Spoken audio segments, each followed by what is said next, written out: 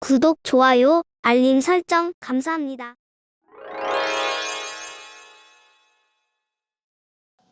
덕부입니다. 감사합니다. 여러분이 이제 어떤 마음에서 출발하나 이게 대단히 중요한데, 왜냐하면 이 지구는 시작이 끝이잖아요.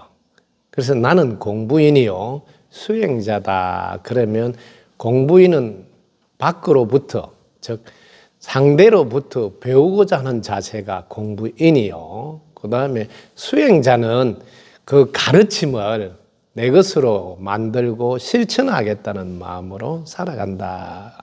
그래서 안과 밖이 함께 하나 돼서, 밖으로는 배우겠다는 열린 마음으로 살고, 안으로는 그 가르침을 세포에 하나하나 새겨서 내 것으로 만들어서 사용하고 전해줘야 되겠다 하는 마음으로 걸어가면 됩니다.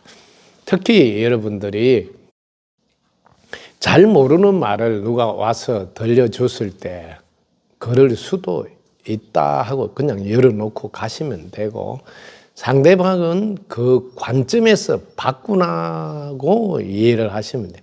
왜냐하면 보는 관점에 따라서 다르게 보일 수 있기 때문입니다. 그래서 나는 내가 스스로 여러분들이 묻고 답을 하는 무심에서 영의 가르침 받는 공부를 계속 지속적으로 하라 하는 것도, 누가 말하는 것을 참고할 뿐 한 번 더 점검 받아서 확인할 필요가 있거든요. 그게 진짜 맞는지.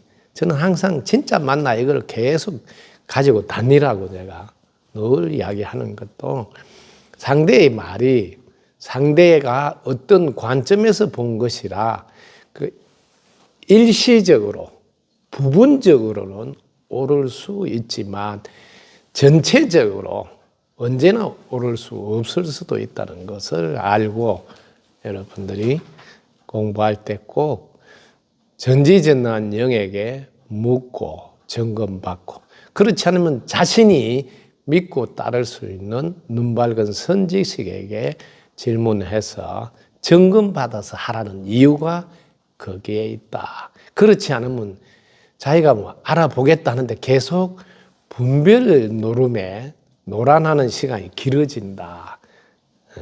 안타깝죠? 왜냐면 그 분별심이란 거 뻔히 알면서도 거기에다 내 시간을 보내고 있다는 거죠. 그래서 이럴 때는 여러분이 정말 중요한 게, 눈밝은 선지식에게 물어볼 수 있는 인연이 있거나 연을 만났으면 쉽게 이렇게 점검해서 지나갈 수가 있지 않나. 특히 전지전능한 영을 평소에 무심해서 영감 받을 줄 알면 더더욱 빨리 묻고 답을 찾아서 걸어가면 된다.